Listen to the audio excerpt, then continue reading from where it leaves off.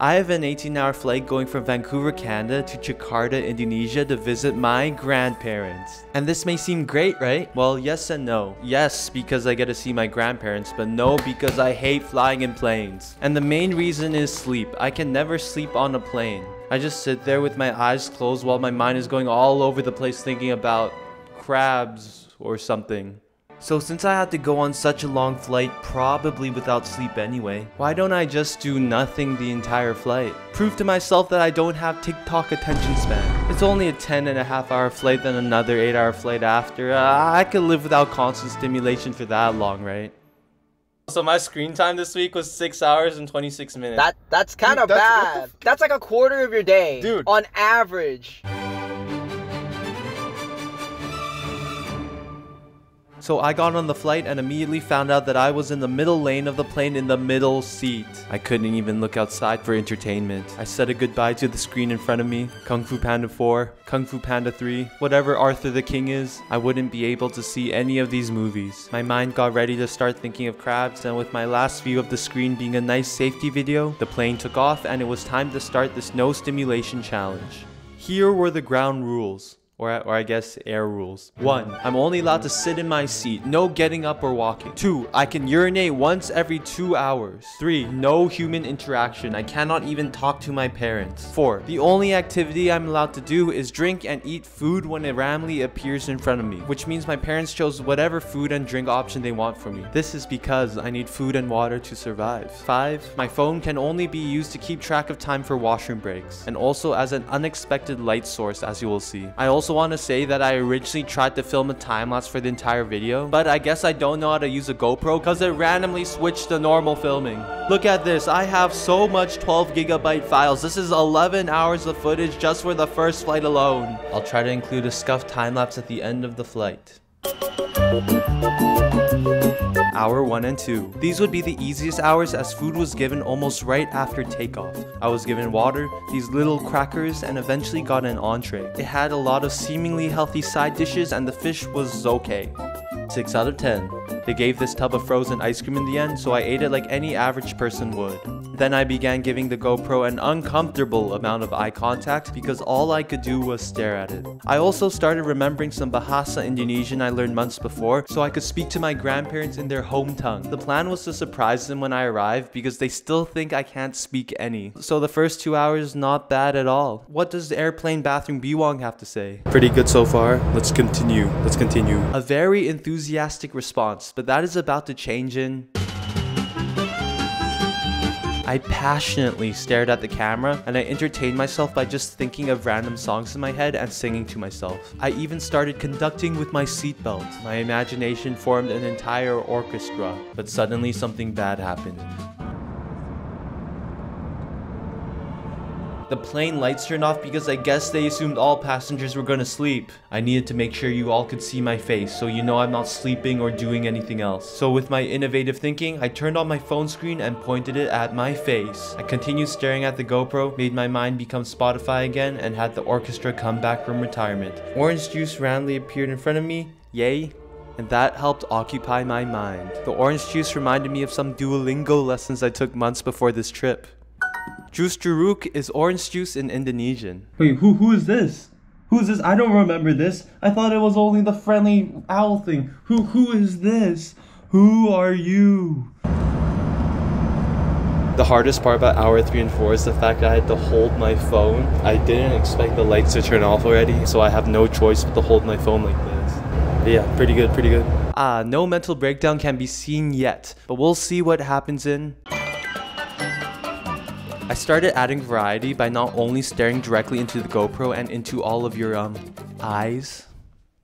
I stared at the airplane roof. It looks pretty aesthetic from the phone camera. In those long car rides as a kid, did you ever imagine stickmen doing parkour as the car was moving? Since I couldn't look outside, I pictured stickmen doing parkour using the roof lines. There were 2 of them and I made them race. Let's name one Sam the stickman and the other Brian, because my friend Brian's watching this, I think. Everyone say hi, Brian. Holding my phone to my face in the dark while doing nothing was starting to take a mental toll on me. But I randomly got some water and stayed there for the rest of the hour. That was definitely the hardest one. I was running out of ways to try to entertain myself. The last 30 minutes before 6 hours was actually tough. What actually helped was practicing the Indonesian in my mind. I'm like remembering some of the flashcards. I'll make sure I surprise my grandparents with some Indonesian. Oh, time to go outside again. No.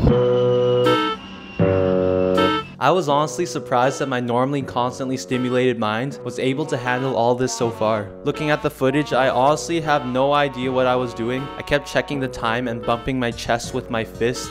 My mind was going numb, but something happened near the end of the 8th hour.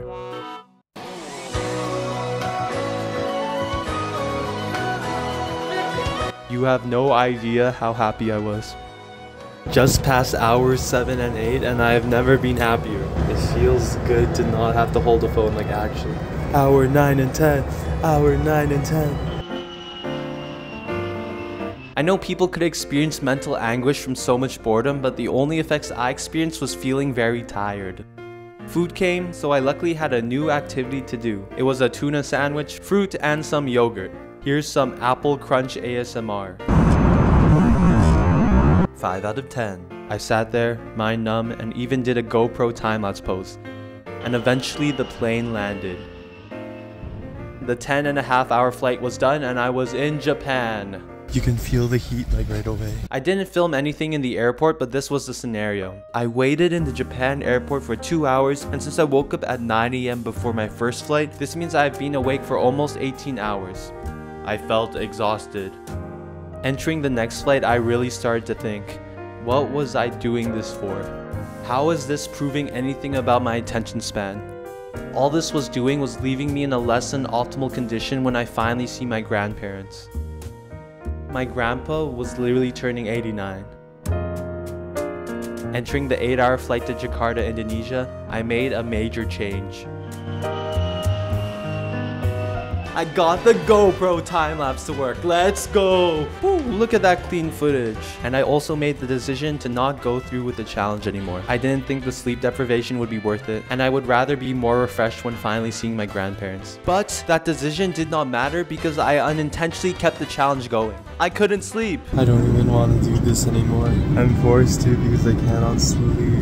You know I'm awake because I signaled it by doing a thumbs up. Now that more time passed, let's see how plain B-Wong is feeling. I'm feeling sour, I'm feeling salty, I'm feeling peppery, I'm feeling sweet. This is a horrible experience. I feel cold, I feel hot, I feel everything. I can't even process what I'm talking about right now. But then I realized that thinking about putting my thumb up was keeping me awake, so I stopped doing it when the lights were off. Yet, I still didn't sleep. 2 hours of the flight passed, leaving 6 more hours to sleep. I was actually fuming. Then I had the brilliant thought that maybe thinking about filming was keeping me awake. So I turned off the GoPro and used my phone instead, closed my eyes, and officially made the decision to end this stupid challenge of doing nothing on a flight, which totaled at around 12.5 hours of flying. I couldn't raw dog the second flight.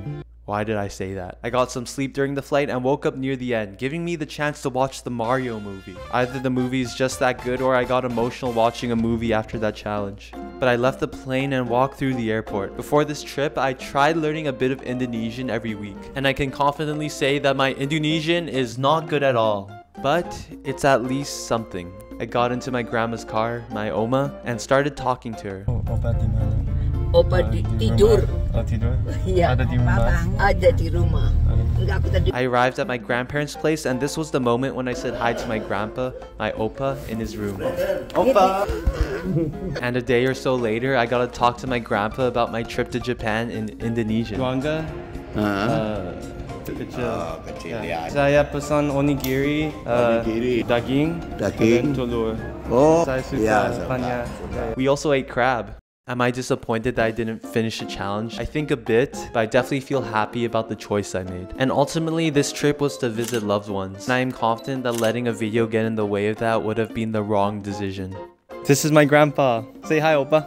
Hai. Now that you turned 89, I wanted to ask if you had any advice to give everyone watching this. Kamu bisa bicara bahasa? Oke, kita harus jujur. Kita harus percaya diri untuk bisa maju dalam hidup ini. Kita harus taat kepada Tuhan Yesus. I don't know what you said, Opa, but I will get mommy to translate. Watch this P-Man video, it's crazy.